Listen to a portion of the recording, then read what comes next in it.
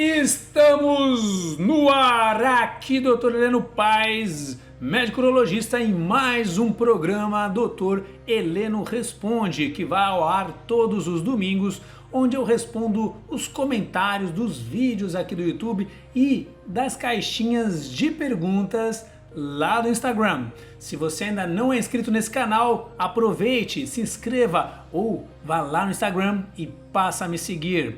Hoje, domingo, dia 2 de julho, temos novas perguntas para vocês.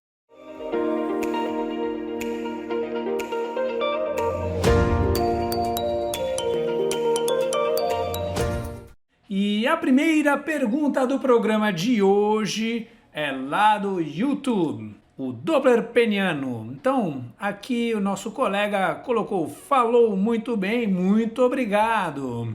Mas o tratamento como seria?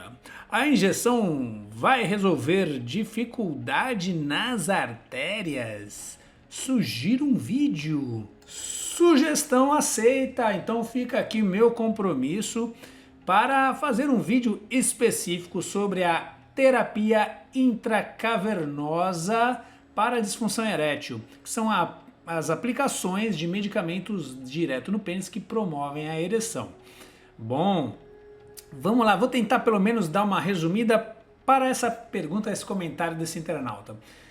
Como é que funcionam, né, as injeções? As injeções, elas são substâncias vasodilatadoras, então tem vários mecanismos de ação diferentes, né? Então nós temos, por exemplo, os inibidores da 5-fosfodiesterase, que são os comprimidos, a Viagra, Tadalafila, Cialis e tal. Eles agem numa via de dilatação das artérias baseadas no mecanismo do óxido nítrico. Mas nós temos também a papaverina, que é uma droga já injetável, que age numa outra via, que promove a dilatação diretamente nas artérias. Nós temos a fentolamina, nós temos o alprostadil, que age no mecanismo das prostaglandinas. Então nós temos várias substâncias diferentes que agem de formas diferentes que promovem a dilatação das artérias penianas. Pois bem, e aí quando você tá no momento sensual, vai ter sexo e tal, como é que funciona o seu pênis? Esses mecanismos fazem com que essas artérias dilatem e o sangue chegue com maior volume, maior fluxo dentro dos corpos cavernosos. Os corpos cavernosos se enchem, eles colabam o sistema venoso de drenagem do sangue do pênis, fazendo então com que o pênis fique aprisionado, com as artérias jogando consistentemente lá sangue sob alto fluxo lá dentro. Então fica sangue aprisionado, com uma entrada forte de sangue, o pênis fica rígido. O que acontece em pessoas que têm disfunções arteriais graves no pênis? Essas pessoas têm obstruções nas artérias, e essa obstrução faz com que o fluxo sanguíneo que chegue dentro dos corpos cavernosos seja fraco, seja insuficiente para encher os corpos cavernosos e colabar essas veias que drenam o sangue. Então, o fluxo baixo faz com que o sangue chegue ao corpo cavernoso e saia e o pênis não fique rígido. E essas drogas, como é que elas agiriam? Elas promoveriam uma dilatação maior do que você consegue naturalmente nossas artérias, fazendo assim com que o fluxo de sangue aumente. Pode ser que funcione, quer dizer, essa dilatação pode ser suficiente para encher mais o corpo cavernoso, ou pode ser que não, realmente tem um limite, né? Então, se essa aplicação ela não foi capaz de aumentar o fluxo suficientemente para ter a ereção, você não vai ter sucesso com essa terapia, tá legal? Muito interessante esse exame, eu acho que é uma ferramenta imprescindível para as pessoas que sofrem de disfunção erétil e não estão tendo resultado satisfatório com tratamentos habituais ou mais simples, tá legal? Muito legal. Farei o vídeo, hein, meu amigo? Pode me cobrar aí, hein? Dessa forma, vamos para a segunda pergunta. Olá, doutor, muito bem, tudo bem? Doutor, eu nunca tive torção testicular. Tenho testículo retrátil, mas não fica muito tempo fora do saco escrotal. Porém, eu não possuo reflexo cremastérico. É um problema isso? Olha, vamos tentar definir primeiro as coisas para o internauta que não sabe exatamente essas coisas que você falou, né? Então vamos lá. Primeiro, torção testicular. É quando o testículo ele gira em torno do seu próprio eixo, fazendo com que o cordão que leva o sangue para o testículo ele fique torcido, a artéria fica obstruída e o sangue para de chegar no testículo. E aí começa a haver a isquemia e necrose do testículo. Se não se reverter esse processo, você pode perder o órgão. Ok. Testículo retrátil, uma outra coisa, nada a ver com a torção testicular. Testículo retrátil é aquelas pessoas que, quando foram formados lá na barriga da mãe, o testículo fez a descida, né? Ele é formado no abdômen e ele vai descendo até o saco, né? Nessa descida ele leva o cordão junto e vai até lá e a posição final dele é dentro da bolsinha ali do escroto. Algumas pessoas essa descida não chega totalmente na bolsinha, o cordão fica um pouco mais curto e aí o que acontece? Quando essa pessoa contrai o abdômen, o cordão ele retrai e o testículo ele sobe, ele fica fora da bolsa, do saco, fica ali no comecinho da virilha. Isso é o testículo retrátil. Algumas pessoas, esse testículo ele fica retraído muito tempo para cima, outras pessoas não. A maior parte do tempo ela fica no saco, às vezes ela retrai, que é o caso aqui falado aqui nessa mensagem desse colega aqui. E reflexo cremastérico, né? O que é isso? Nós temos um músculo, né, que reverte ali as estruturas do saco, do testículo e tal, e que ele contrai e relaxa, como qualquer músculo aqui do nosso corpo. E como é que seria esse reflexo, né? As pessoas no frio, já lembra? No frio, como é que fica lá embaixo? Pois é, fica enrugadinho, encolhidinho, pois é. É esse músculo cremastérico puxando os testículos para junto do corpo, né? E no calor já o contrário, né? Toma um banho quente para tu ver. O músculo relaxa e o saco fica mais soltão, né? O testículo fica lá para baixo, né? Então seria um reflexo baseado na contração e relaxamento do músculo cremaster. Pois é. Qual é a função, aliás, né, já para esclarecer a dúvida do nosso internauta, qual que seria a função desse reflexo, dessa contração e relaxamento do músculo cremaster? É bem simples. Nosso testículo ele funciona melhor quando ele fica numa temperatura 1 grau abaixo da temperatura do nosso próprio corpo. Por esse motivo que Deus, o Criador, fez esses testículos fora do nosso corpo, nessa estrutura chamada saco ou escroto. Dessa forma, nós temos um mecanismo de regulação de temperatura, que é o músculo cremaster, né? Então, no frio o músculo contrai, deixa o testículo mais próximo do corpo para ficar mais quentinho. No calor, já relaxa, não precisa ficar tão perto para ficar mais fresquinho ali na região, tá? Qual é a implicação prática de pessoas que não têm esse reflexo ou não funciona muito bem o reflexo?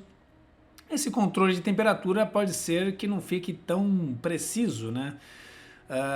E existe um risco teórico dessa pessoa não ter uma espermatogênese tão eficiente, né, como as pessoas que têm o reflexo normal.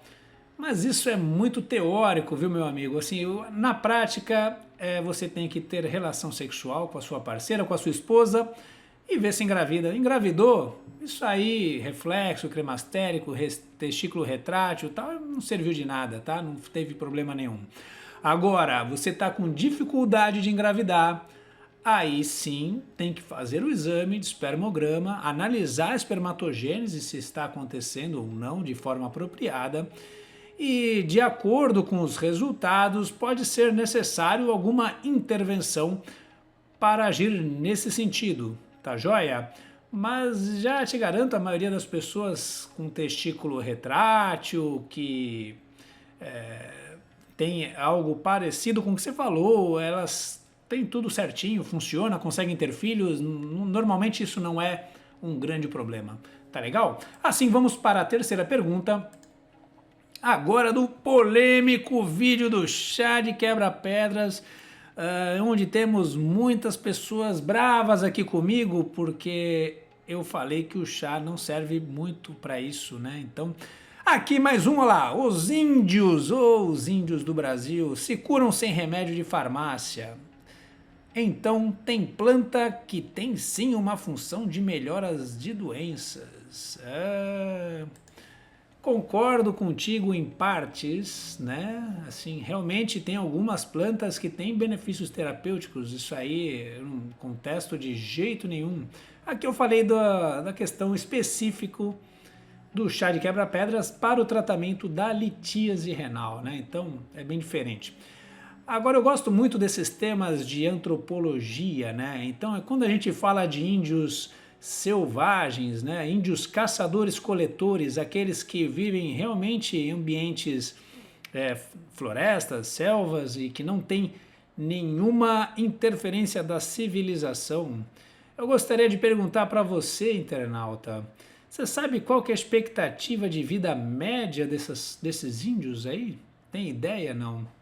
Pois é muito baixo, né? Os índios, eles morrem de doenças banais, doenças que hoje você nem se preocupa, né? Como, por exemplo, uma diarreia, uma gripe, uma pneumonia, uma infecção de pele. Se um índio se corta na selva aí, que nem você falou, e infecciona o braço dele, meu amigo, não tem antibiótico para ele vai morrer de infecção de pele, né? Olha só que coisa. Assim como a mortalidade infantil é altíssima, por isso que as pessoas que vivem de forma selvagem acabam tendo muitos filhos, né? Porque muitos morrem ainda no nascimento, nos primeiros anos de vida, de coisas banais. E uma das maiores mortalidades do povo indígena, você sabe quando que aconteceu? Pois é, quando teve o contato com o europeu, na descoberta do Brasil, né, nas expedições dos espanhóis, os brancos civilizados trouxeram doenças que os índios não conheciam, não possuíam defesas, anticorpos para aquelas doenças e foram dizimadas, né, por doenças desconhecidas até então do povo indígena. Então essa alusão de que o índio faz um chá e fica bom é muito falsa, né? Assim, claro que eles têm o conhecimento adquirido, né, ao longo da sua experiência, da sua vivência, e com certeza tem algumas plantas que aliviam algum sofrimento deles, mas o grande benefício da civilização e da ciência foi que o conhecimento passou a ser escrito, então ele passou a ser disseminado e postergado para as novas gerações, coisas que os indígenas não têm escrita, então na verdade eles não têm como passar o conhecimento adquirido a não ser por conversa pessoal, né? E então essa documentação seriada ao longo de muitos e muitos anos, de muitos pesquisadores e tal, possibilitou que a ciência evoluísse ao ponto que estamos hoje, onde você vê seguramente vários super idosos com mais de 80 anos, 90 anos, caminhando na praia, correndo, fazendo ginástica, até fazendo sexo. Aqui no nosso canal falamos muito de sexo, é isso, tá? Isso graças aos conhecimentos adquiridos, tá legal? Então não caiam nessa, tá? Houve uma importância histórica, sem sombra de dúvidas, aprendemos muito lá quando tivemos o nosso primeiro contato com o povo indígena, mas o conhecimento já galopou milhares e milhares e milhares de quilômetros acima desse conhecimento primitivo. Combinado? Próxima pergunta. Olha, essa foi bem legal. Eu coloquei aqui porque foi uma provocação de uma caixinha de perguntas, né? Que coloquei aqui, ó, com quantos anos o homem fica broxa, né? Puxa. E aí o nosso internauta participou aqui falando, não existe idade. Tenho 54 anos, sou gordinho, sou obeso e faço sexos todos os dias. É isso aí, pessoal. Quem falou que não, né? Pois é, tá aí. Nosso internauta para provar que sim, é possível. E é claro, meu amigo, você é um exemplo ilustre, né? Ilustre, porque realmente existem vários iguais a você.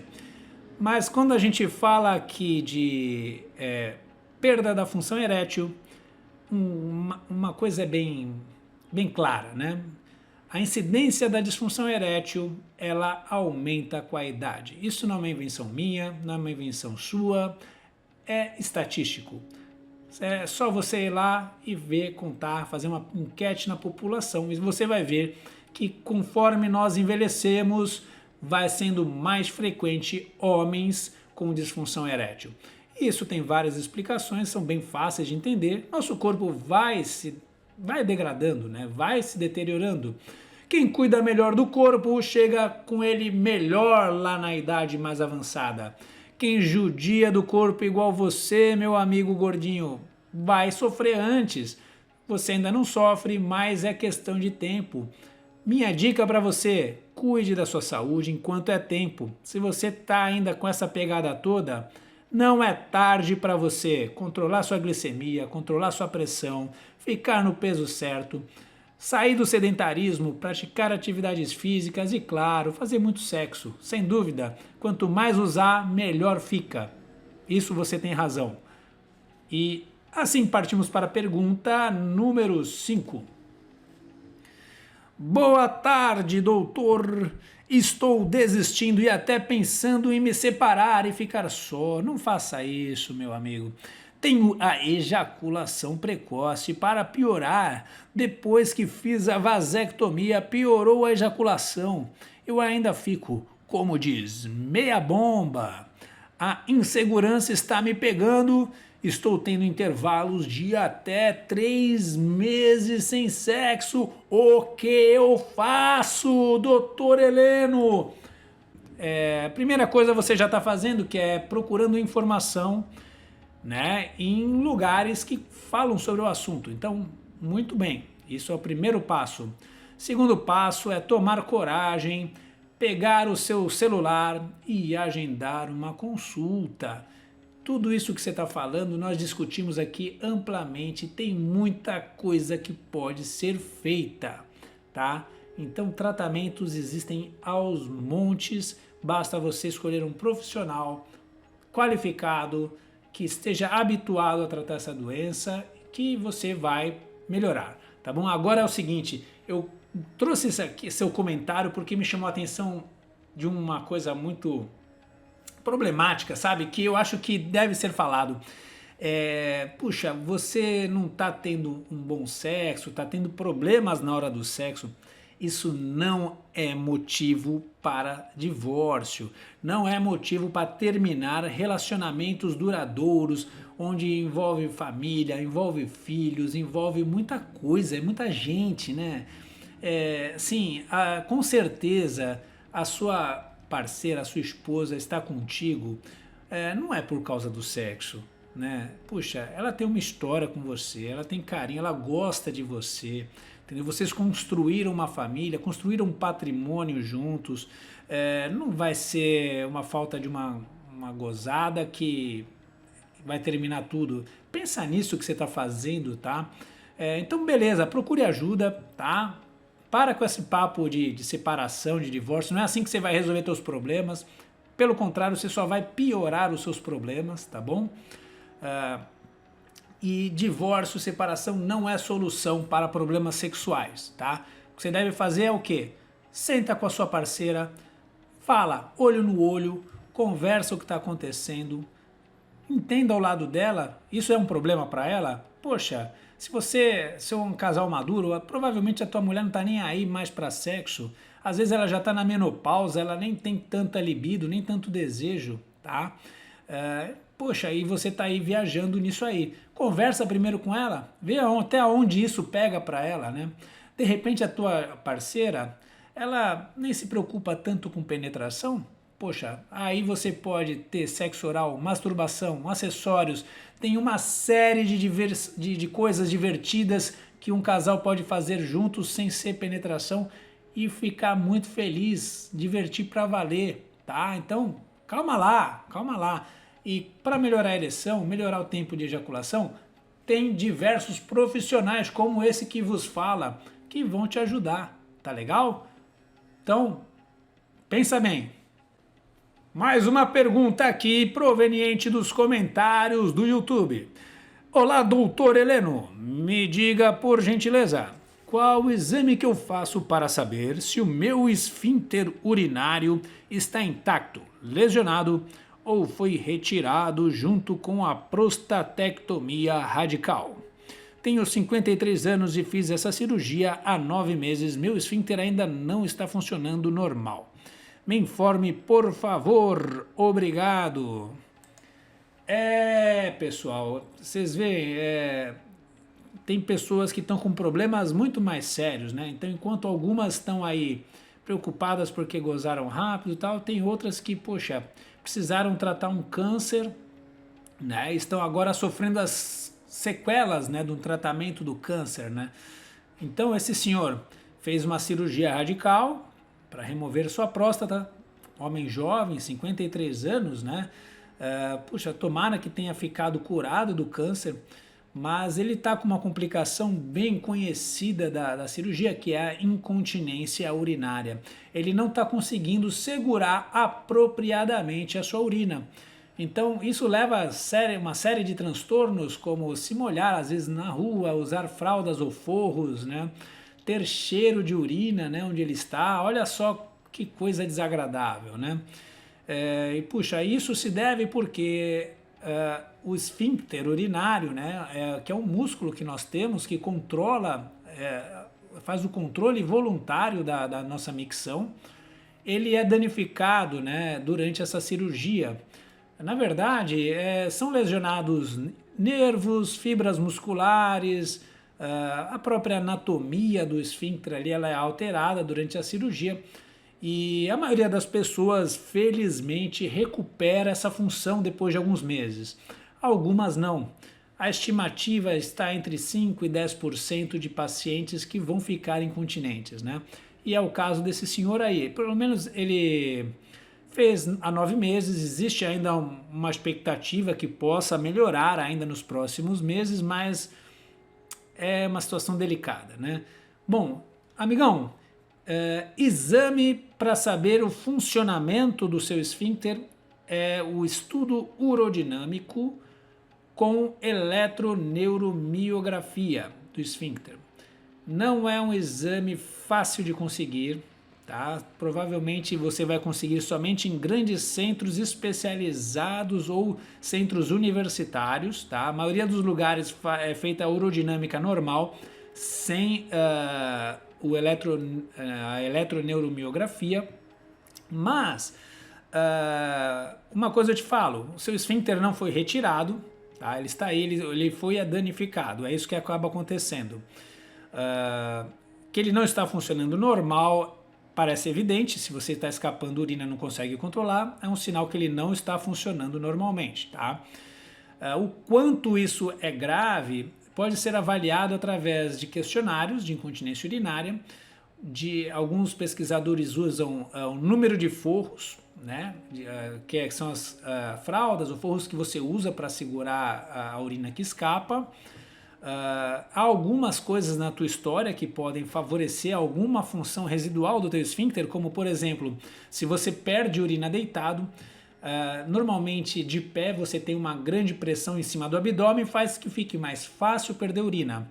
E deitado não, tem pouca pressão em cima das vísceras abdominais e faz com que você tenha mais dificuldade de perder urina, ou seja necessária uma pressão menor, né? Você faz uma pressão menor em cima da bexiga e às vezes o seu esfíncter tem uma funçãozinha residual e faz com que deitado você não perca. Isso é um sinal de função residual do esfíncter. Enfim, tem várias coisas, né, que a gente pode fazer, mas na própria urodinâmica convencional dá para obter muita informação a respeito de o quanto de pressão vesical você comporta com o seu esfíncter. é um dado interessante para o teu urologista trabalhar. Então, se você não conseguir fazer o estudo urodinâmico com a eletroneuromiografia, faça o estudo urodinâmico convencional, que o médico fará esse teste que eu estou falando para você, tá joia? E boa sorte, né? Eu sei que essa situação aí é dureza, não é muito fácil não, tá? Próxima pergunta agora é um vídeo aqui que eu fiz há um tempo atrás, né? E fala sobre o porquê que alguns urologistas insistem em não fazer toque retal para avaliação do câncer de próstata, né? E o internauta coloca aqui, doutor, quando eu vou no médico, eu mesmo peço toque e o PSA.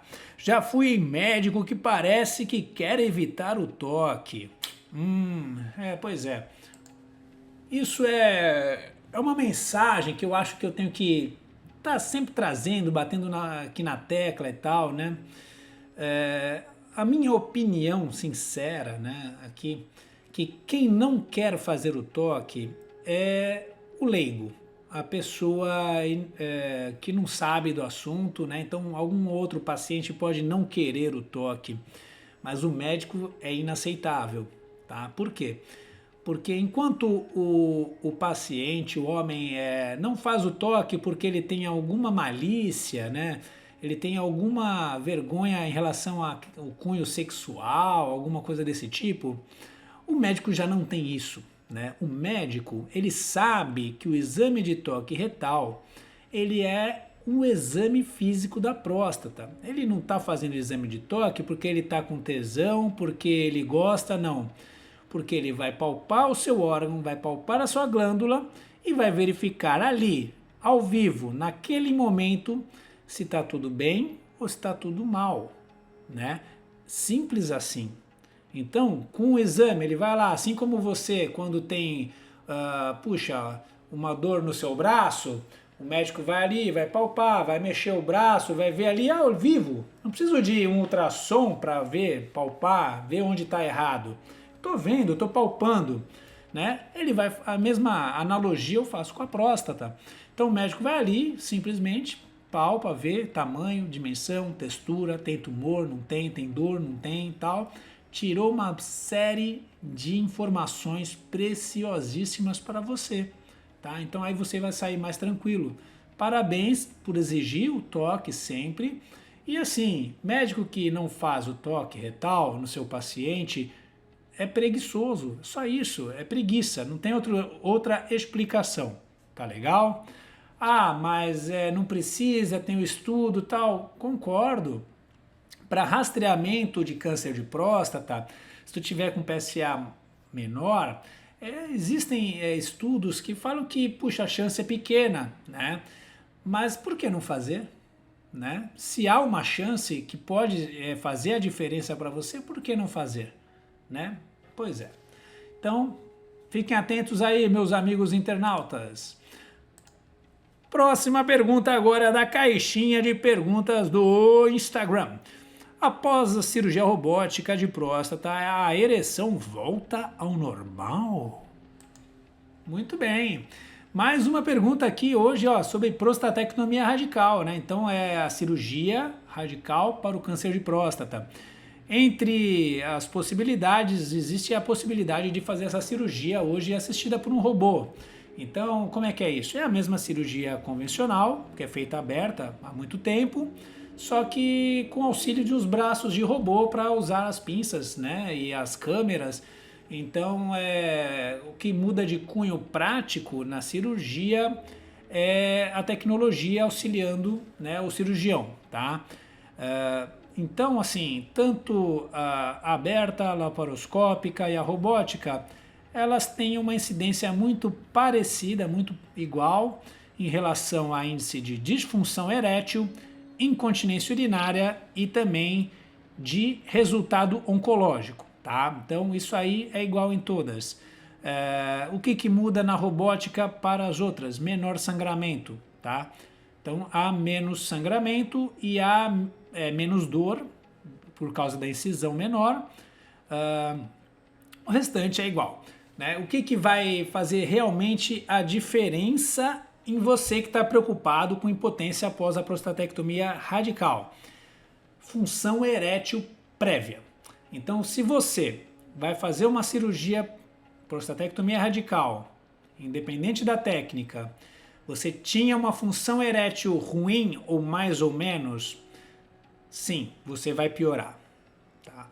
Se você tinha uma função boa, se era uma boa ereção, funcionava normalmente, você tem uma chance de mais ou menos 50% de ficar impotente depois da cirurgia. É essa a regra, tá legal? Outros fatores que vão interferir também no resultado da ereção após a prostatectomia radical. Primeiro, a experiência do cirurgião. Independente da técnica, se o cirurgião for experiente com esse método, o resultado é melhor. Segundo, se o teu tumor está num estágio um pouco mais avançado e aí o cirurgião achar que não é seguro preservar os feixes nervosos que passam do lado da próstata. Nessa situação, eles vão remover os feixes e também aí a chance de ter uma impotência depois é maior. Tá? Eu acho que é basicamente isso. Próxima pergunta aqui então, também do Instagram. Doutor, o que você indicaria para aumentar o corpo cavernoso do pênis? Olha, meu amigo, primeiro, por que você quer aumentar o corpo cavernoso do seu pênis, né? Pois é, curiosamente eu estou fazendo um vídeo, tá ficando muito bom, espetacular, então aguarde aí nas próximas semanas sobre a questão do aumento peniano, tá? O que tem aí a ser feito e qual é a realidade desse problema. Na prática, eu vou dar um breve resumo aqui. Primeiro, hoje não é seguro, tá? Nenhum método cirúrgico, principalmente, para aumento peniano. Então, todas as sociedades de urologia desaprovam qualquer método com essa finalidade, tá? O corpo cavernoso do pênis é uma estrutura um pouco fixa, né? Então é difícil você conseguir um aumento considerável dessa estrutura em especial.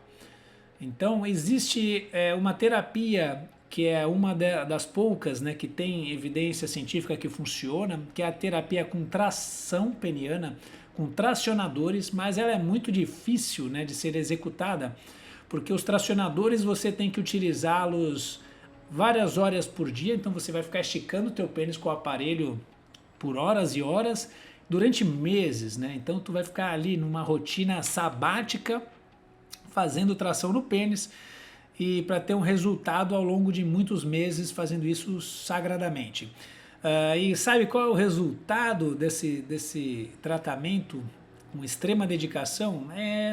Em média 2 centímetros de ganho de comprimento. Então, tu vê, é muito esforço, muita dedicação para um resultado meio pequeno, né?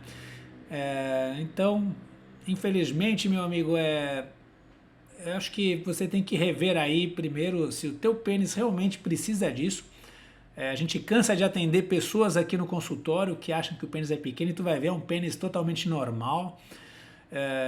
E a grande maioria das parceiras sexuais, elas não acham nada ruim, né? Acham que tá tudo certo, o tamanho tá tudo legal. São os próprios homens que ficam encucando e pirando nessa coisa aí de tamanho do pênis, né? Então, fica aí o meu conselho. Próxima pergunta, aqui também da caixinha do Instagram. Em um mês, a ereção diminuiu e a vontade de ter relações também. Não acho que é psicológico. E aí não faltaram caracteres aí para o colega terminar a sua pergunta, mas eu achei legal trazer que aqui é um canal que a gente fala muito de sexo, né? Então, vamos lá. Ereção diminuiu, sem vontade. Tudo bem, vamos considerar que a vida dele é um paraíso, né? Então, puxa, a mulher é linda, fogosa, quer sempre sexo. Ele dorme 8 horas por dia, tem um corpo saudável, atlético, não usa nenhuma droga, não usa anabolizante, não usa nada. Puxa, os filhos estão tudo muito felizes, não tem conta para pagar, o trabalho não o estressa, não o aborrece, aliás, ele é muito feliz com o que faz. Ele tem um quarto maravilhoso e ele tem a esposa à disposição ali no quarto, horas e horas para ele fazer o que quiser, e ainda assim ele não tem vontade. Bom, se é essa a sua situação real, meu amigo, parabéns, porque é raridade, mas vamos lá, aí a gente tem que realmente pensar em problemas hormonais, deficiência do hormônio testosterona, né? Vamos fazer um exame. Algum outro distúrbio hormonal que você não conhece, um problema de tireoide, enfim, né, que também pode mexer, ou alguma outra coisa, tá legal? Ou às vezes a gente vai pensar também, se, como tu falou, de ereção ruim, algum problema orgânico no seu pênis, né? Então, talvez começar um teste com remédios para ereção ou até fazer um exame de Doppler peniano, tá legal? Mas eu tenho uma grande desconfiança que você não tem essa vida dos sonhos, tá? Que eu descrevi aqui. Por quê? Porque é a minha experiência própria.